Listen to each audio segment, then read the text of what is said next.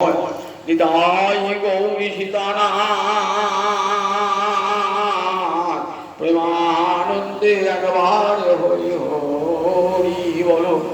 নিতাই গৌরী সীতানাথ প্রেমানন্দে একবার হরি হরি বলো। নিতাই গৌরী সীতানাথ প্রেমানন্দে একবার হরি হরি বলো। ভক্তবৃন্দের চরণে আমার কোটি কোটি দণ্ডবৎ প্রণিপাত। তত্ত্বে অনুকম্পাম সুসমিষ্যমান গুঞ্জান এবাত্ম কৃতং বিপাকম হৃদ্বাক্বভূমি বিদধন নমস্তে যো জীবেত স মুক্তিপদে রায় ভাগ। শ্রীমদ্ ভাগবতে ব্রহ্মমোহন লীলা। ব্রহ্মা এসেছিলেন, সৃষ্টিকর্তা ব্রহ্মা গোবিন্দকে মোহিত করতে তার বালক বাছুর সব হরণ করে দিয়েছিলেন। কৃষ্ণ যদি ইচ্ছা করে তাহলে ব্রহ্মপদ দিতে পারে। গোবিন্দের কৃপায় ব্রহ্মা ব্রহ্মপদ পায়। তিনি ইচ্ছা করলে কোটি কোটি ব্রহ্মাকে সৃষ্টি করতে পারেন। যার নাভিকমল থেকে ব্রহ্মার সৃষ্টি হয়েছে, সেই ব্রহ্মা এসেছিলেন গোবিন্দকে পরীক্ষা করতে যে মাঠে গোচারণ করছে এই রাখাল ছেলেটা কি ভগবান, এটা আমি একবার পরীক্ষা করে দেখব। তার মনে একটা সন্দেহ দেখা হয়েছিল। ব্রহ্মা স্তব করে ভগবানকে নিয়ে এসেছেন কি সমুদ্রের তীরে। গৌরবধারিণী পৃথিবীর অশেষ যন্ত্রণা ক্লেশ যাতে নিবারণ হয়, ধরাফার হরণ হয়, তার জন্যে ক্ষীর সমুদ্রের তীরে বসে ব্রহ্মা ভগবানকে ডেকে এনেছে। আবার দেবকীর গর্ভে যখন ভগবান, তখন কারাগারে গিয়ে স্তব করেছে। কিন্তু গোবিন্দ আবির্ভাবের পর তার গোবিন্দকে দেখেন না। আজই ভাবছেন যে ছেলেটা মাঠে গরু চড়াচ্ছে একদল রাখাল বালকের সঙ্গে, সেই ছেলেটা ভগবান হবে কি করে? আমি একবার পরখ করে দেখি। কি পরীক্ষা করলে? সব বালক বাছুর হরণ করিলেন। এমনি করে যে হরণ করেছে না, গোবিন্দ বুঝতে পারলেন যে ব্রহ্মারই কাজ, আমার সব বালক বাছুর ব্রহ্মা হরণ করেছে। তখন ভগবান আবার নিজেই কোটি কোটি বালক বাছুর হলেন। এক ভগবানই অনন্ত হলেন। বালক বাছুর বেত্র ঈশান সিংহ সব ভগবান হয়েছে। এমনি করে প্রায় 1টি বছর লীলা চলছে। ব্রহ্মা এসে দেখছেন যতগুলি বালক বাছুর আমি হরণ করেছিলাম, ততগুলি বালক বাছুর এই ব্রজের মাঠে খেলা করছে। তাই এরা কোথাও দেখে, আমি তো এদিকে ব্রহ্মলোকে গিয়ে লুকিয়ে রেখেছি, তাহলে এরা এরা কোথাও হতো। এমনি করে একবার দেখছেন ব্রহ্মলোকে গিয়ে দেখছেন সব মায়া নিদ্রায় নিদ্রিত আছে আমার যত বালক বাছুর, তাহলে আবার এরা এরা কোথাও হতো। একবার যাচ্ছেন বৃন্দাবন, আর একবার ব্রহ্মলোক। শেষে নিজেই মোহিত হয়ে গেলেন, দেখলেন সব বালক বাছুর ওই কালো ছেলেটি যে রাখাল বালক, তার অঙ্গে সব ঢুকে গেল। সব মূর্তি নারায়ণ মূর্তি হয়েছে, কোটি কোটি নারায়ণ। একটা দুটো নারায়ণ নয়, যতগুলো বালক মূর্তি বাছুর মূর্তি সব নারায়ণ মূর্তি ধারণ করেছে। তারা সবাই ওই রাখাল বালকটির অঙ্গে ঢুকে গেল। তখন ব্রহ্মা বুঝতে পারলেন যেটা আমার আনার ঠাকুরই বটে। তখনই ব্রহ্মা একটা অপূর্ব স্তব করেছিলেন শ্রীমদ্ ভাগবতে, গোবিন্দের হৃদয় গলানো স্তব। সেই স্তবে এই যে শ্লোক শোনাব না, এটি ব্রহ্মার স্তবের একটা শ্লোক। তত্ত্বে অনুকম্পাম সুসমীক্ষমান, তত্ত্বে অনুকম্পাম, সেই জন্য তোমার, মানে তোমার অনুকম্পা, তোমার কৃপার প্রাণে সুসমীক্ষমান, সুন্দরভাবে চেয়ে থাকে। ইক্ষমান মানে চেয়ে থাকা, কেমন করে? সুন্দর করে এবং সমান রূপে, অর্থাৎ দুঃখ এবং সুখ দুটোকেই তারা সমান রূপে গ্রহণ করে। শুধু আমরা সুখের বলি ভগবানের করুণা হয়েছে, আর যখন দুঃখ আসে কি বলি? দেখো ভগবানের চোখ নেই, ভগবান আমি নিষ্ঠুর, আমার এমন ক্ষতি করলে ভগবান বলি তো আমরা ভগবান দুঃখটাকে তার যে করুণা বলে মেনে নিতে পারি না, সুখটাকে মেনে নিই কিন্তু দুঃখটাকে মেনে নিতে পারি না। ভক্ত বলে সুখ যেমন তোমার দান, দুঃখ তেমনি তোমার দান। তারা শুধু ভগবানের কৃপার পানে চেয়ে থাকে, অনুকম্পা মানে কৃপা, তার কৃপার পানে চেয়ে থাকে। বলে আমার তো কোনো ভজনের সামর্থ্য নাই, সাধনেরও সামর্থ্য নাই, প্রভু আমি তোমার কৃপার পানে চেয়ে পেয়েছি। ভক্ত এই কৃপার পানে চেয়ে থাকে। মহাপ্রভু যখন জগন্নাথ দর্শন করছেন না, কি বলে স্তব করছে, কৃপা পারাবার সজল জলদ শ্রেণী রুচির রমা বাণী রাম স্ফুরদমল পঙ্কে রুহ মুখ সুরেন্দ্রের আরাধ্য শ্রুতিগণ শিকাগীত চরিত জগন্নাথ স্বামী নয়ন পথগামী ভব তুমি। কৃপা পারাবার, পারাবার মানে সমুদ্র, তুমি কৃপার সমুদ্র প্রভু। জগন্নাথ দর্শন করতে মহাপ্রভু গরুর স্তম্ভের উপরে একটা হাত রেখে নয়ন জলে ভাসছেন আর জগন্নাথকে দর্শন করছেন, আবিষ্ট হয়ে দর্শন করছেন। আবিষ্ট হয়ে দর্শন করে সত্যি বলছেন, ঠাকুর তুমি তো কৃপার সমুদ্র, কৃপা পারাবার। সজল জলদ শ্রেণী রুচির, জগন্নাথ দর্শন করছে না, দেখছে সাক্ষাৎ কৃষ্ণ দাঁড়িয়ে আছে। যেই গৌর সেই কৃষ্ণ সেই জগন্নাথ। বাসুদেব ঘুষে কহে জুড়ি দুই হাত। যেই গৌর সেই কৃষ্ণ সেই জগন্নাথ। গৌর হরি দেখছেন যে জগন্নাথ কে কৃষ্ণ। সজল জলদ শ্রেণী রুচির, জলদ মানে মেঘকে বলে জলদ, জলদান করে বলে। জল ভরে মেঘ কামড়ে খুব কালো হয়। সজল জলদ একসঙ্গে অনেক বছর মেঘ ওঠে, শ্রেণী মানে মালা, রুচির মানে অঙ্গকান্তি। তোমার অঙ্গকান্তি কেমন? ওই জল ভরা কালো মেঘের মতো গোবিন্দ অঙ্গকান্তি। সজল জলদ শ্রেণী রুচির। রমা বাণী রাম, রমা হচ্ছে লক্ষ্মী, বাণী হলেন সরস্বতী, রাম মানে আনন্দদায়ক। রাম কথাটি অর্থ যৌ রময়তী সরাম, ভগবান একটা নাম হচ্ছেন রাম। অর্থাৎ লক্ষ্মীকে আনন্দ দান করেন, সরস্বতীকে আনন্দ দান করেন, তাই রমা বাণী রাম। স্ফুরদ অমল পঙ্কে রুহ মুখ, স্ফুরদ মানে প্রস্ফুটিত, পঙ্কে রুহ মানে পদ্মফুল, পঙ্ক পান ভেদ করে ওঠে। মুখ, তার মুখ, গোবিন্দের মুখখানা কেমন? প্রস্ফুটিত পদ্মফুলের মতো।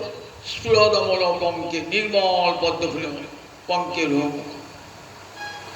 শ্রুতিগণ সুরেন্দ্রের আরাধ্য, সুরেন্দ্র মানে সুর মানে দেবতা, দেবতাদের শ্রেষ্ঠ কারা? ব্রহ্মা ইন্দ্র, এরা সব সময় তোমার আরাধনা করছে, সুরেন্দ্রের আরাধ্য। শ্রুতিগণ শিখাগীত জড়িত, শ্রুতি মানে বেদ, গণ মানে সমস্ত শ্রুতি, তাদের শিখা, সমস্ত বেদের শিখা হলো উপনিষদ। শেখা মানে মস্তকে থাকে, শ্রুতি মৌনী, উপনিষদকে বলা হয় বেদের মস্তক। শ্রুতিগণ শিখা গীত জড়িত, অর্থাৎ উপনিষদ নিরন্তর তোমার মহিমা কীর্তন করছে। শ্রুতিগণ শিখা গীত জড়িত। জগন্নাথ স্বামী নয়ন পথগামী ভক্তি, সেই জগন্নাথ তুমি আমার নয়ন পথগামী, তুমি আমার দৃষ্টিগোচর হও, আমার নয়ন পথের পথিক হও। জগন্নাথ তুমি আমার শুধু জগতের স্বামী, আমারও স্বামী তুমি জগন্নাথ, তুমি তো জগতের নাথ, সুতরাং জগতের প্রভু, জগতের স্বামী তুমি। আমার নয়ন পথের গোচরীভূত হও। ঠিক যেমন করে রাধা রানী কৃষ্ণ দর্শন করছেন না, তেমনি করে রাধা রানীর ভাব অন্তরে নিয়ে আমার মহাপ্রভু ওই গরুর স্তম্ভের পাশে দাঁড়িয়ে নয়ন জলে ভাসছেন আর দর্শন করছেন জগন্নাথ। এত আবিষ্ট দেখুন যে গৌরহরি নারীর নামটা পর্যন্ত উচ্চারণ করতেন না, কঠোর সন্ন্যাসী। নারী পরিবর্তন কি করতেন? প্রকৃতি। নারী বলতেন নারী মুখ দর্শন, নিজের মা ছাড়া আর কোন নারীর মুখ দর্শন করতেন না। মাতৃস্থানীয় হলেও দেখাতেন বৈরাগ্য এত কঠোর ধর্ম। সেই মহাপ্রভু জগন্নাথ দর্শন করতে করতে একদিন একটা উড়িয়া রমণীর ঘাড়ে, তার মহাপ্রভু ঘাড়ে উঠে দর্শন করছেন জগন্নাথ। মহাপ্রভু ঘাড়ে উঠে, দেখতে পাচ্ছেন না তো, মহাপ্রভু ঘাড় উঠেছেন, ঘাড় উঠে জগন্নাথ দর্শন করছেন। মহাপ্রভু জানতেই পারেন নাই যে আমার পিঠে কে উঠেছে।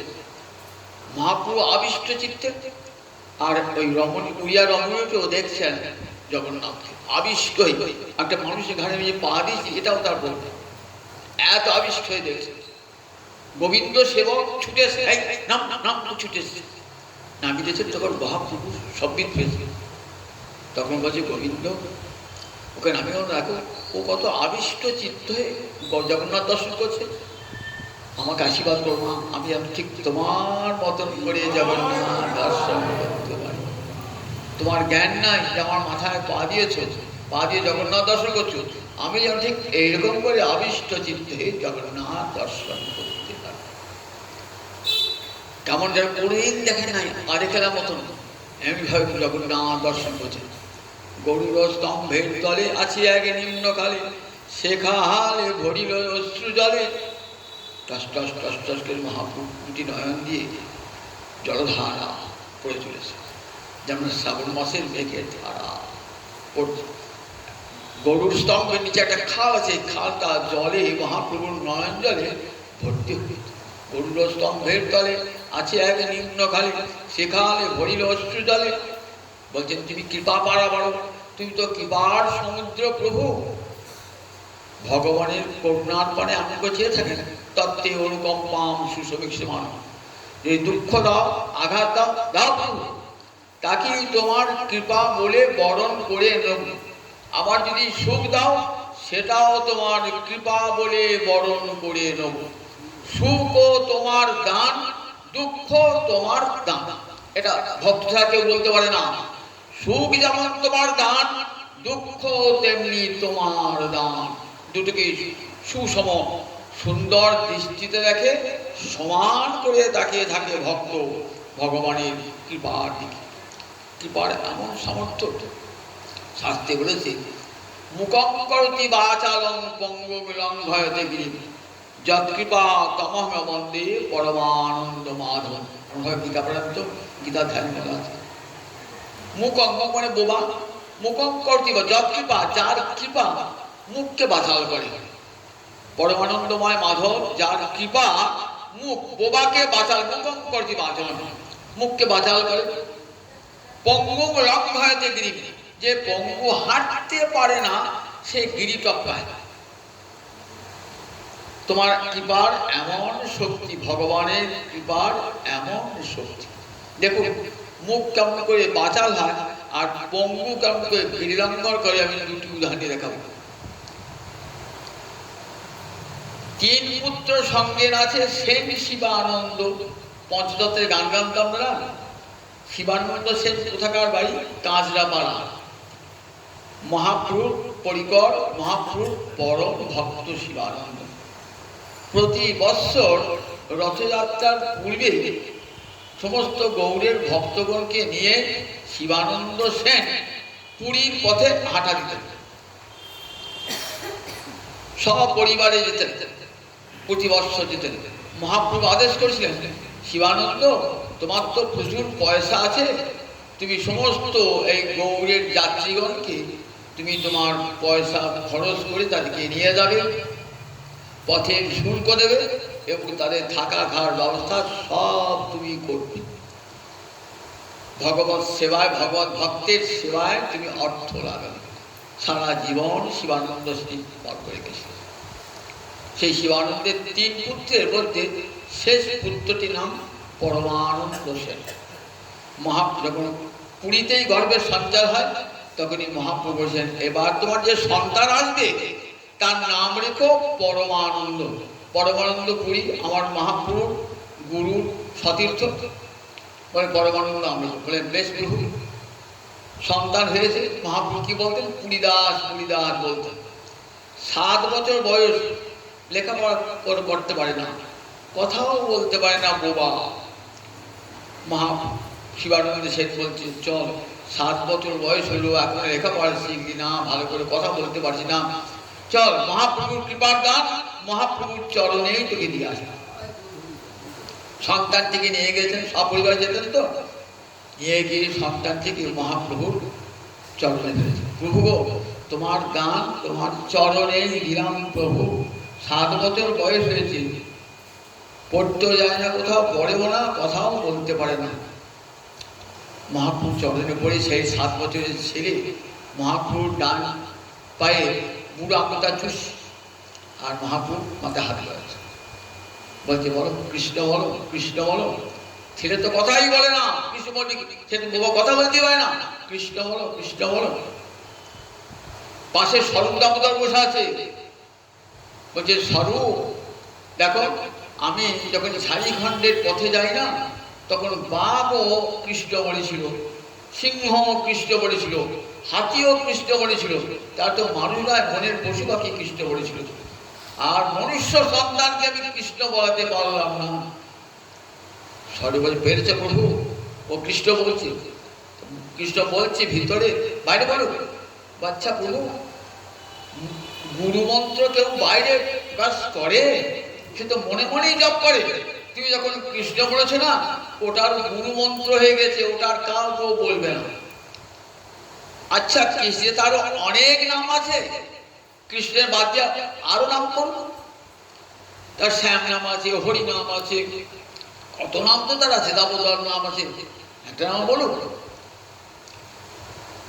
তখন বলো বাবা, তখন কি সুন্দর একটি সংস্কৃত শ্লোক, কোনোদিন সংস্কৃত পড়েন নাই, উনি বিদ্যালয়ে অ আ ক খটাও শেখেন নাই। দেখুন কেমন কৃপাটা একবার দেখুন।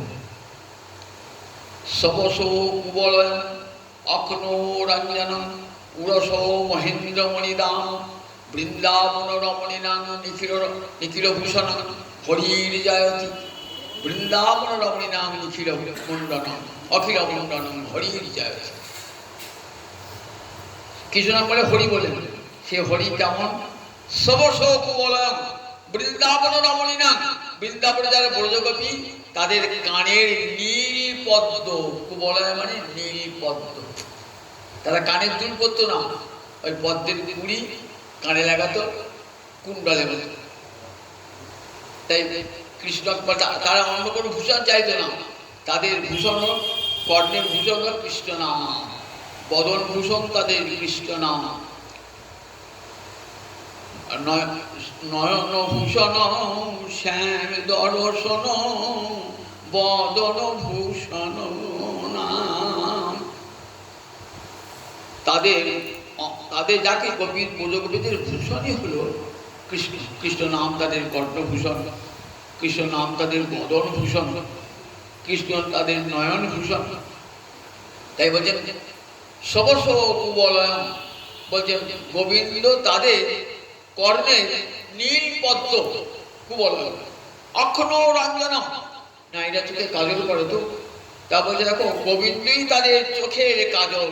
অক্ন মানে 2 চোখে, অঞ্জনম অঞ্জন মানে কাজল, গোবিন্দই তাদের চোখের কাজল।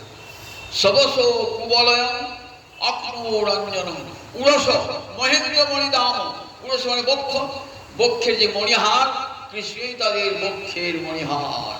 বৃন্দাবন রমণীনাম অখিল, বৃন্দাবনের রমণীগণ আর অন্য কোনো ভূষণ যান না, কৃষ্ণই তাদের অখিল ভূষণ। হরির জয়, সেই হরির জয় হোক, জয় হোক, জয় হোক। মহাপ্রভু শুনে এত আনন্দ পেলেন না,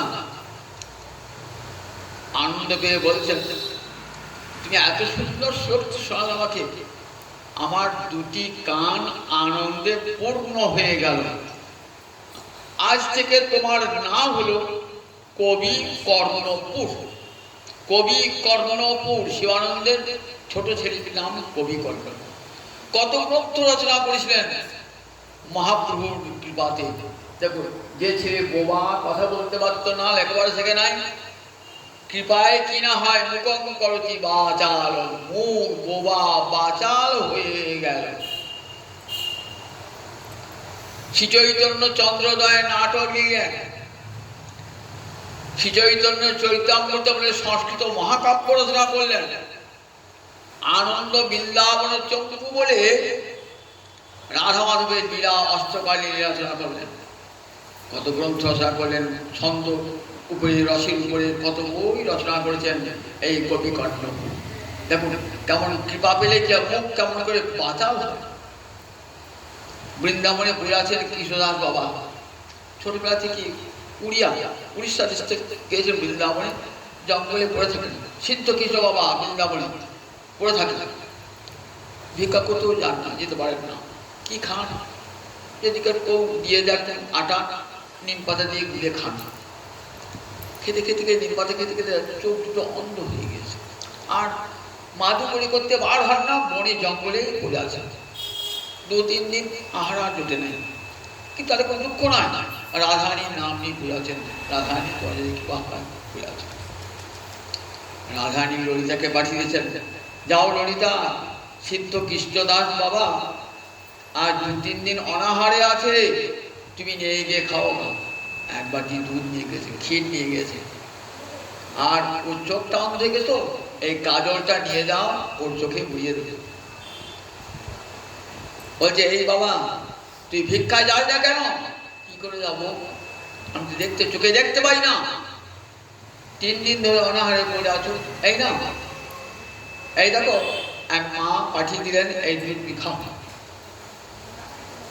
আর এই দেখো, আমি তোমার চোখে কাজল লাগিয়ে দিয়েছি। দুধটা খেলেন, দুধ তো নয় অমৃত, চোখে কাজল লাগিয়ে দিলেন। সঙ্গে সঙ্গে সুন্দর দুধ পেলেন। কি দেখছে সঙ্গে কেউ নেই, দুধটা বাটিটা নিয়েছেন, নিয়ে খাইতে খেয়ে আর খাবো না। কই তুমি দেখা দিয়ে বাড়ালে কেন? কে তুমি? দেখা দিয়ে বাড়ালে দুধ খাবো না। কিছুক্ষণ পরে আবার এসছেন, হয়েছে বেশ, দুধটা খেয়ে নাও, দুধ খেয়ে নাও। চোখ বুঝে ধ্যান করছেন, ঠিক সে আবার সে দুধটা খেয়ে চলে গেলেন। দুধ খেলেন, চোখ ফিরে পেলেন। তারপর আপনি আবার ললিতা এসেছেন, সনাতন গোস্বামী পদ এসেছেন, বলছেন, শোনো কৃষ্ণ বাবা, তোমাকে দিয়ে অনেক কাজ করাতে হবে। তুমি লীলামৃত ভূমিকা রচনা করবে, রাধা গোবিন্দের অষ্টকালী লীলা। আমি তো লেখাপড়াই জানি না, ওই লেখাপড়াই শিখি না, ছোটবেলা থেকে আমি চলেছি বৃন্দাবনে। কি করে লিখবো আমি? লেখাপড়া শিখবো না ভজন করবো? লেখাপড়া শিখতে যান, ভজন হয় না, ভজন করতে যান, লেখাপড়া হয় না। একদিন সন্ত গোস্বামী বাদ ললিতা এসে বলছেন, কিছুই করতে হবে না, দেখো তুমি কলমটি ধরবে, দেখবে কে যেন তোমার হাত দিয়ে লিখে যাচ্ছে। সংস্কৃতে লিখলেন লীলামৃত গুটিকা। আবার সবাই সংস্কৃতে বুঝতে পারবেন না বলে উড়িয়া হয়েও বাংলা ভাষায় লিখলেন ভাবনা সার ও সংগ্রহ। যারা ভজন সাধন করেন, মঞ্জরী ভাবের দেহে ভজন সাধন করেন, তাদের একমাত্র অবলম্বনের গ্রন্থ হল এই ভাবনা সার ও সংগ্রহ। দেখুন, লেখাপড়া বিদ্যা কিছুই জানতেন না, কিন্তু দেখুন কৃপার এমন শক্তি যে কৃপার শক্তিতে বোবা বাঁচাও হয়ে যায়। মুখং করতি বাচন পঙ্গু লঙ্ঘায় দিন। আবার খোড়া গিরি লঙ্ঘন করে, গিরি লঙ্ঘন মানে পর্বত লঙ্ঘন করে। এমন উদাহরণ আছে বলে, হ্যাঁ আছে। পাঞ্জাবের কাছে পাতিয়ালা আর এক ব্রাহ্মণ, পরম হরিভক্ত জন, কিন্তু তার দুটো পা কেমন জোড়া, চলতে পারে না। দুটো পা জোড়া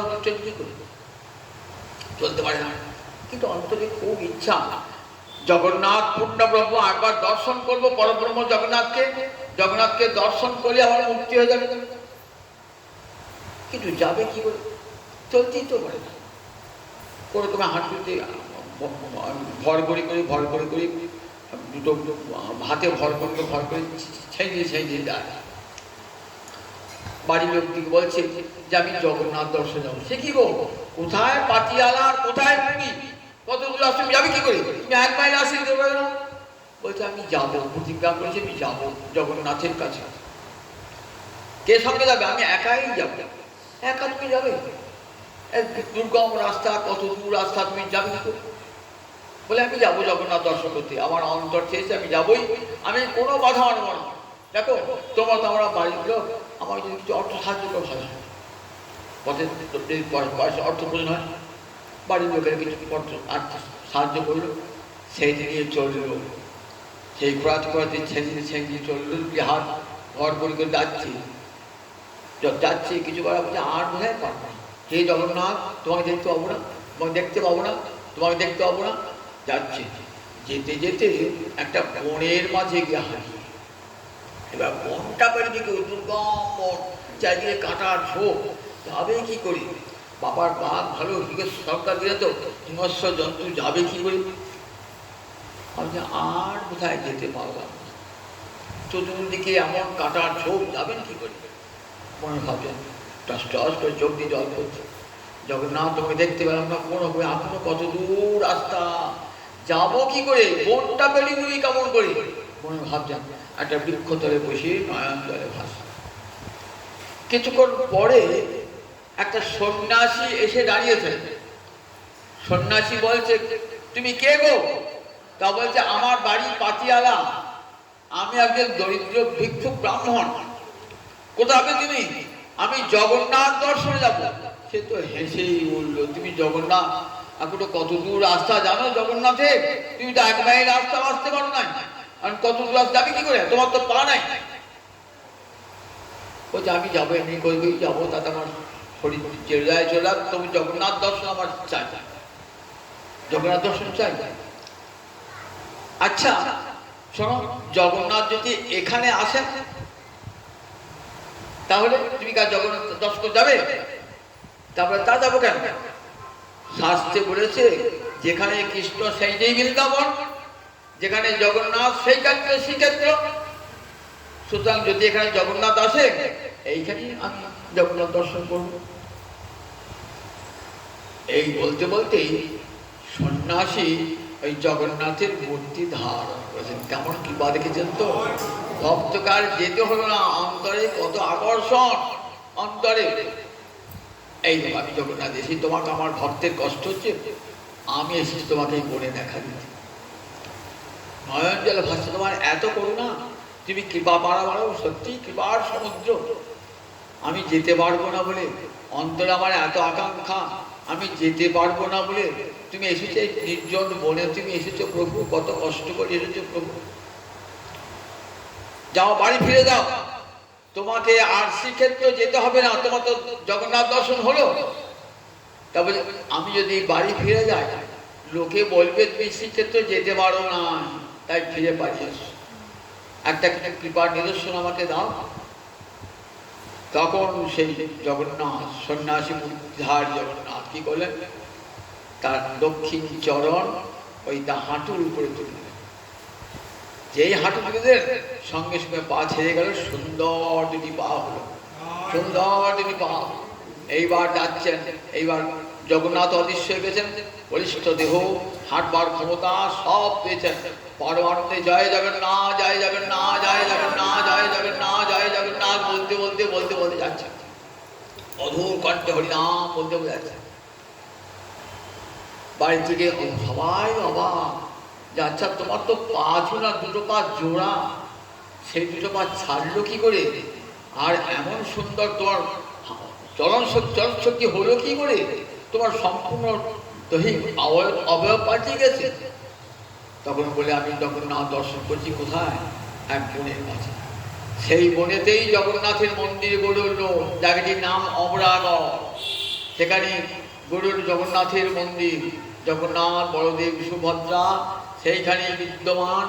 এখনো পর্যন্ত সেই গ্রামের লোকেরা ওই জগন্নাথকে নিজের গ্রামের দেবতা বলে আরাধনা করে থাকেন।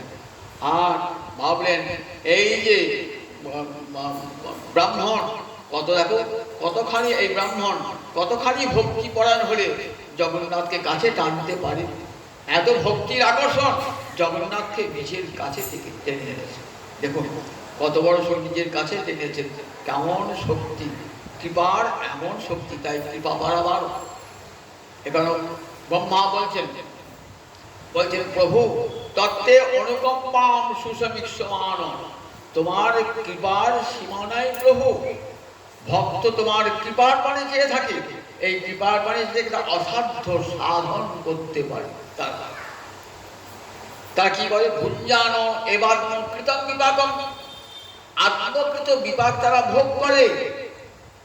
বলে না আমার কর্মফল ধ্বংস করে দাও, তারা বলে না প্রভু আমার কর্মের জন্যে পূর্ব জন্মের অনেক কুকর্ম করেছি, তার জন্যে আমাকে ফল ভোগ করতেই হবে। যদি পুণ্য করে থাকি পুণ্যের ফল ভোগ হবে, যদি পাপ করে থাকি পাপের ফল আমাকে ভোগ করতেই হবে প্রভু। তার জন্য তুমি দায়ী নাও প্রভু, আমি নিজেই দায়ী। আমার দুঃখ কষ্টের জন্য কেউ দায়ী নয়, আমি নিজে দায়ী। আমি পাপ করেছি তাই দুঃখ ভোগ করছি, সুখ ভোগ করছি কেন? পুণ্য করলে সুখ ভোগ করি। প্রভু তোমারই কৃপাতে দেখো তোমার তুমি কৃপা বাড়াবো, তাই কোন তোমাকে বলবো না প্রভু, কোনোদিনই তোমাকে বলবো না যে আমার আত্মকৃত কৃপা বিপাক আমার কর্মফল ধ্বংস করে দাও প্রভু। গুঞ্জান এবার কৃতম বিপাক। মিথিলার কবি বিদ্যাপতি, বিদ্যাপতি হলেন কবি সার্বভৌম। মিথিলার কবি মৈথিলি ভাষায় বহু পদ রচনা করেছিলেন। আমাদের বাংলাদেশের ছেড়ে তখন মিথিলায় পড়তেন, সংস্কৃত পড়তে। উচ্চশিক্ষাটা নবদ্বীপ হতো না, ওটা হতো মিথিলাতে হতো। সেই মিথিলায় পড়তে যেতেন। ওরা আসার সময় তারা বাড়ি আসতেন, তখন বিদ্যাপতির গান গাইতে আসতেন। তার বিদ্যাপতি গানের সঙ্গে ব্রজবুলি ভাষার সঙ্গে ওই মৈথিলি ভাষার সঙ্গে বাংলা ভাষা মিশে যায়। একটা অদ্ভুত ভাষা সৃষ্টি, তার নাম ব্রজবুলি ভাষা। সেই ব্রজবুলি ভাষায় সুন্দর গান, বহু গান আছে। একটি গানে প্রার্থনা পদে বিদ্যাপতি বলছেন, মাধব বহুত মিনতি করি তিল তুলসী দিয়া এ দেহ সমর্পিনু দয়া জনু নাছো রবিময়। জীবন সায়নে বিদ্যাপতি কাঁদছেন, সারা জীবনটা এমন সুন্দর মানব জন্ম পেলাম, তোমার তো ভজন করি নাই। রাজসভার কবি তো ভোগে সুখে থাকতেন। রাজ পণ্ডিত যেমনি লেখাপড়া জানেন, আবার তেমনি রাজসভার পণ্ডিত, মানে মর্যাদায় কত উঁচুতে। বলছেন মান মর্যাদা নিয়ে কি হবে, ভগবানকে খুঁজি নাই।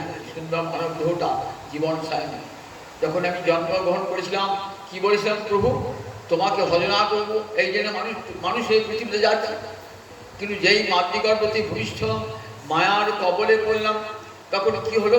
তো হে বিশ্বরী মন তা হে সমর্পিনু, তো হে বিশ্বরী মন অবমজু হব কোন কাজে। তোমাকেই ভুলে গেলাম প্রভু, তোমাকে তো আমার মনে রাখা উচিত ছিল, তোমাকে ভুলে গেলাম। আর সংসারকে সবসময় স্মরণে রাখলাম, নিজের স্ত্রী পুত্রের কথাই সবসময় ভাবলাম, তোমার কথা একবারও ভাবলাম না প্রভু। জীবন সায়নে এসে বুঝেছি স্ত্রী পুত্র কেউ আপনার নয়, একমাত্র তুমিই তো আমার আপনার জন, আর তো কেউ আমার আপনার নয়। কিন্তু এখন আমি জীবিত হয়েছি, আর শরীরে শক্তি নাই, হরিনাম করবার শক্তি নাই, অবমজু হব কোন কাজে। এখন তুমি আমি তোমার কোন কাজে লাগবে প্রভু? বৃদ্ধ বয়সে যখন সহায় সম্বলহীন, দেহের শক্তি চলে গেছে, অপরের সাহায্যে হাঁটাচলা করতে হয়, তখন তোমাকে ডাকছি প্রভু। জীবনে অবশিষ্ট অংশ, উচ্ছিষ্ট অংশ তোমাকে উচ্ছিষ্ট দেয়। তোমাকে জীবনে যে সর্বশ্রেষ্ঠ সময় যৌবন, সেটি তোমাকে অর্পণ করা উচিত ছিল, তাতে করি নাই। তাই অবমজু হব কোন কাজ। পুরো মানুষের জন্য কি করেছি? আধো জনম হাম নিদেব আইন, জরা শিশু কত দিন গেলাম। আমি 60 বছর কি 70 বছর কি 80 বছর বাঁচবো, অর্ধেকটা কেটে গেল নিদ্রা। 12 ঘন্টা দিন, 12 ঘন্টা রাত্রি ঘুরিয়ে কাটাচ্ছি। তাই 60 বছর বাঁচলে 30 বছর ঘুম, আর তাহলে বাকি 30 বছর বাল্যকাল খেলাধুলা কাটতে বুঝি নাই ভগবান কি কেটেছে। তারপরে বৃদ্ধ বয়সে জরায় আক্রমণ করেছে, রোগে আক্রমণ করেছে, মাঝখানে যে সময়টা থাকলো যৌবন, সেসবে কি করেছে?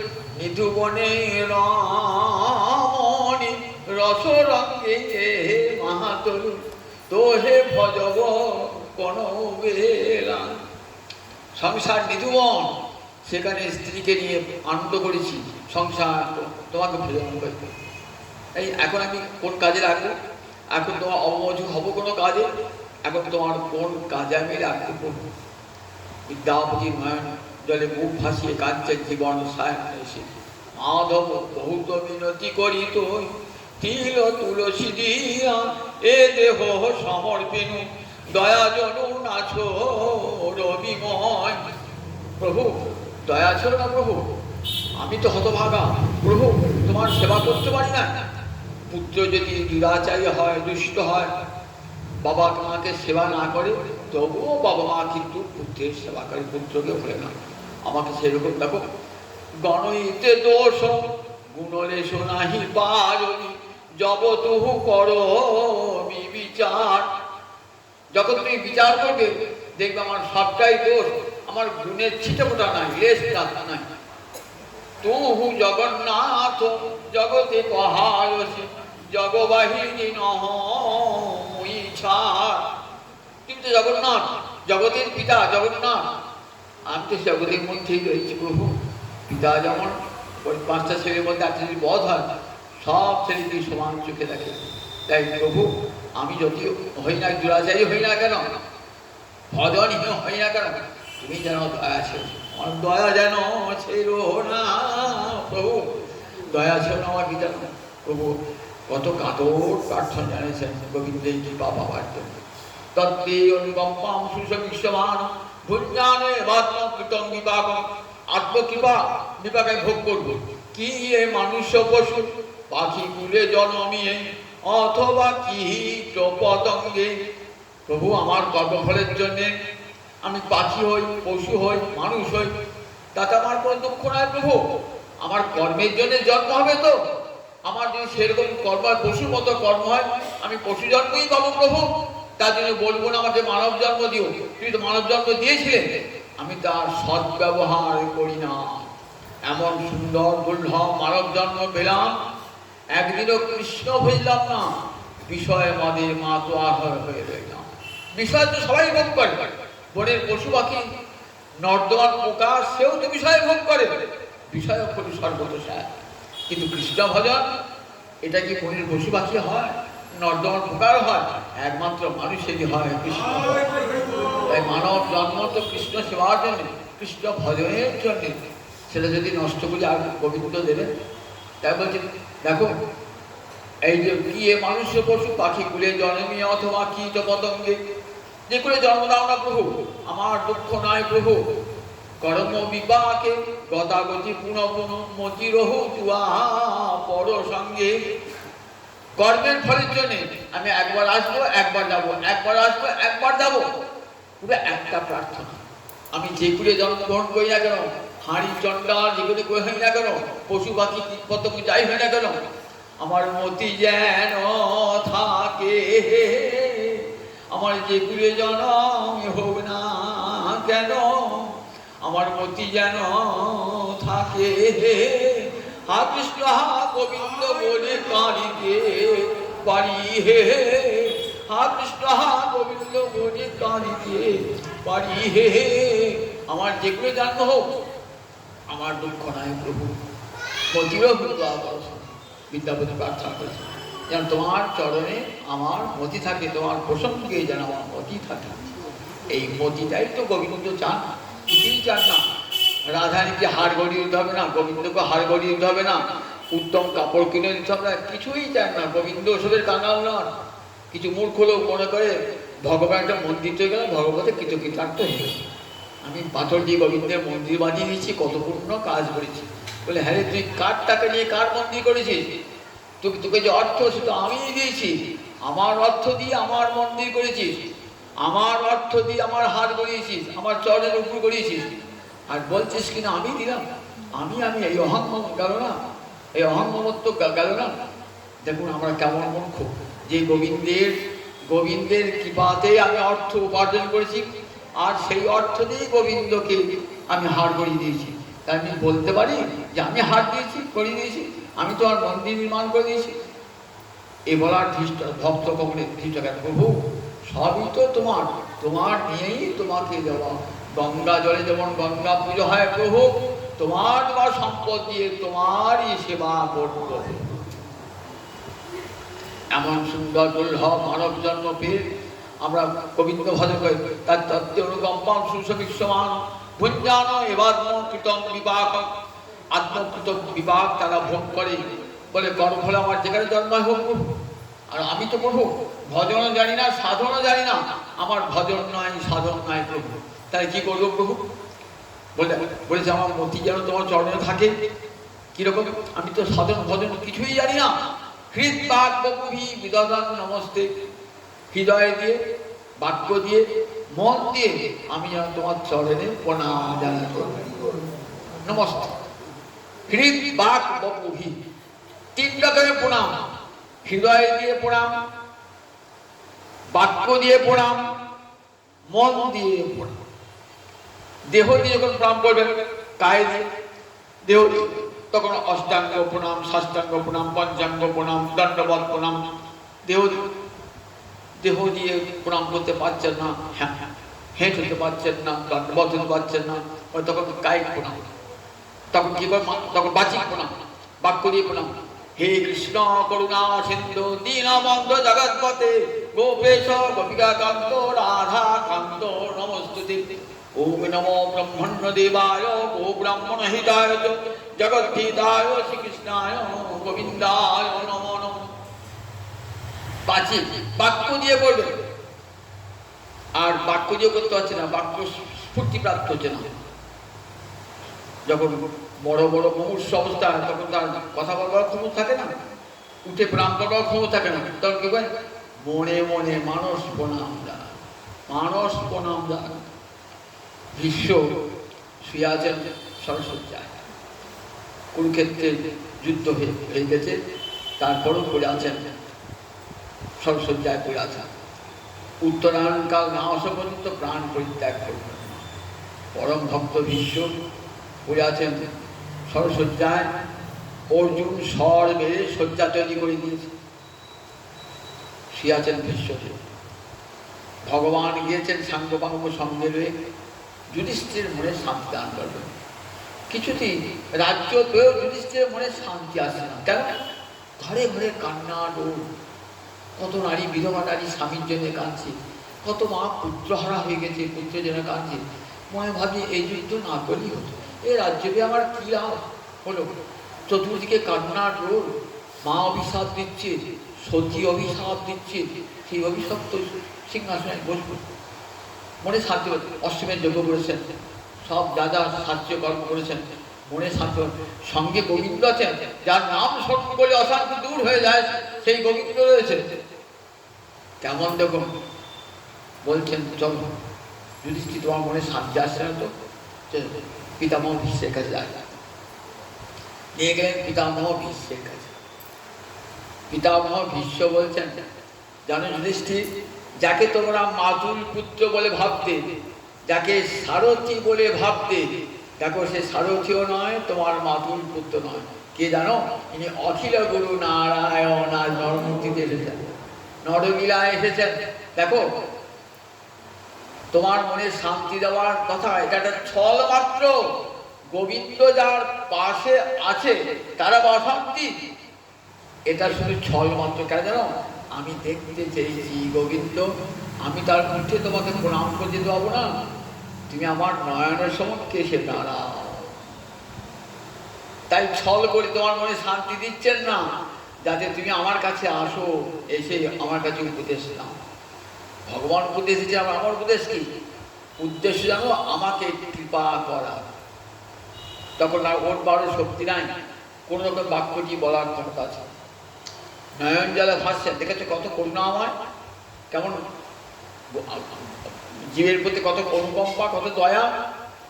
আমি ডাকছি এই সরসজ্জায়, একবার গোবিন্দ দেখা দাও, মৃত্যুকালে তোমার চরণ দেখতে দেখতে আমি যেন প্রাণ পরিত্যাগ করতে পারি, তাই আমার নয়ন সমক্ষে তোমার এই যুগল চরণ ব্রহ্মাদি বন্দিত দুটি চরণ একবার দেখো আমাকে। এই জন্য ভীষ্ম প্রতীক্ষা করে আছেন। এই গেছেন না নয়নজল ভাষ্য আসতে বলছেন যে গোবিন্দ ইত্থমতি বিতৃষ্ণা, আমার তো আজ দেবার কিছু নাই, কোনো উপহার নাই, আমি তখন মরণ পথে যাচ্ছি, ওর বড় ক্ষমতা নাই, তোমাকে কি উপহার দেবো? তুমি জগৎ গুরু, গুরু এলে গুরুকে উপহার দিতে হয়, তা আমি তোমাকে কি উপহার দেবো? আমার দেবার আজ কিছু নাই প্রভু, আমি তোমাকে আমার মতিটা দিলাম। কেমন মতি দিলাম? আমরা ভগবানকে এই মনটা দিলাম। তো তখন একজনকে বললেন এই বাড়িটা তোমাকে দিয়ে দিলাম, এই বাড়িটা পেয়ে গেলাম, 5 জায়গায় মঠ দিয়ে দেওয়া আছে বাড়িতে, সেই বাড়িটা আমাকে দান করে 5 জায়গায় বন্ধ দেওয়া আছে বাড়িটা। এবার কি দান হলো গো, সে বন্ধ ছাড়তে হতে বাড়িতে পাবো? আমাদের গোবিন্দকে মতি দান কেমন? আমাদের মতিটা 5-7 জায়গায় বন্ধ দেওয়া আছে, বউর কাছে আছে, ছেলের কাছে আছে, বাবার কাছে আছে, মায়ের কাছে, সব বন্ধক দেওয়া আছে। সেই মনটা গোবিন্দ বলে বন্ধক দেওয়া মন আমি নেবো না, বন্ধক দেওয়া মন নেবো না, বন্ধক ছাড়া দিয়ে দাও একবার কানু। ভীষ্ম বলছেন ইত্থমতি বিতৃষ্ণা, সব কামনা বাসনা শূন্য মনের 16 আনা গোবিন্দ আমি তোমার চরণে আজ অর্পণ করছি। এইটাই আমার উপহার, আমার মনের 16 আনা অংশ, কার প্রতি কার আমার আর মমত্ব নাই, একমাত্র তোমাকে দিলাম। এমনি করে মানুষ প্রণাম জানাচ্ছেন ভগবান ইত্থমতি বিতৃষ্ণা, আমার সমগ্র 16 আনা মন, নিষ্কাম মন, যে মনে কোনো কামনা বাসনা নাই, সবটাই তোমাকে দিলাম। তা বলে ভক্ত বলে প্রভু আমি হিতবা প্রভু হিতবা জন্মস্থিত, আমি তোমাকে এমনি করে নমস্কার জানাই, আমার দেহ মন প্রাণ সব তোমার চরণে আজ থেকে অর্পণ করে। এমনি করে গোবিন্দ চরণে সব অর্পণ করে দেন।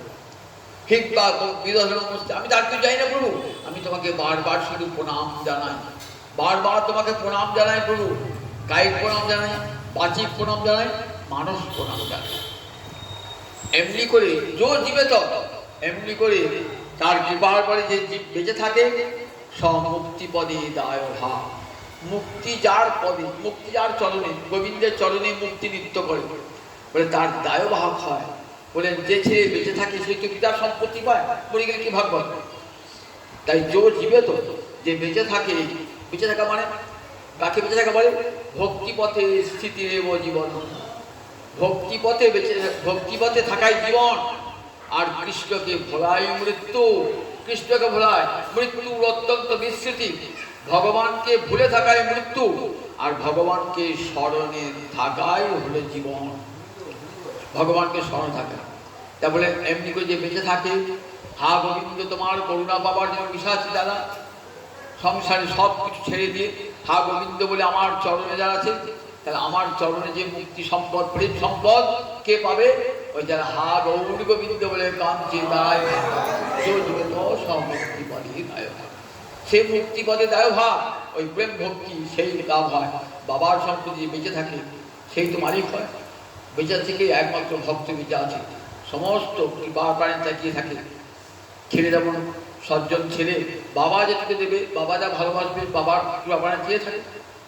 ভক্ত তাই প্রভু দুঃখ দিলে দুঃখ নেবো, সুখ দিলে সুখ নেবো, তুমি তোমার কৃপার বাবা যা হাত পেতে দেবে সেটাই নেবো। এমনি করে বিশ্বপিতার চরণের উপরে প্রভু দুঃখ দেবে দাও, সুখ দেবে দাও প্রভু, দুঃখ দিলেও যেন দুঃখ সইবার শক্তি দাও, সেই সঙ্গে প্রভু দুঃখ সইবার শক্তি দাও। এমনি করেই ভক্ত ভগবানের চরণে পড়ে থাকে। কৃপা বাড়াবার ভগবান, সেই কৃপার সমুদ্র ভগবানের কাছে কৃপা চাইতে হয়। এই সুদুল্লাহ মানব জন্ম পেয়ে কার কাছে কৃপা চাইব না? একমাত্র হে গোবিন্দ, হে গৌর হরি, হে জগন্নাথ, তুমি জগতের নাথ, কৃপা করো, আমার যে কুলে জন্ম হোক না কেন সেই কুলের জন্মই যেন জন্মের তোমার থেকে হা গৌর গোবিন্দ বলে কাঁদতে পারি। জয় নিতাই, জয় নিতাই, জয় নিতাই।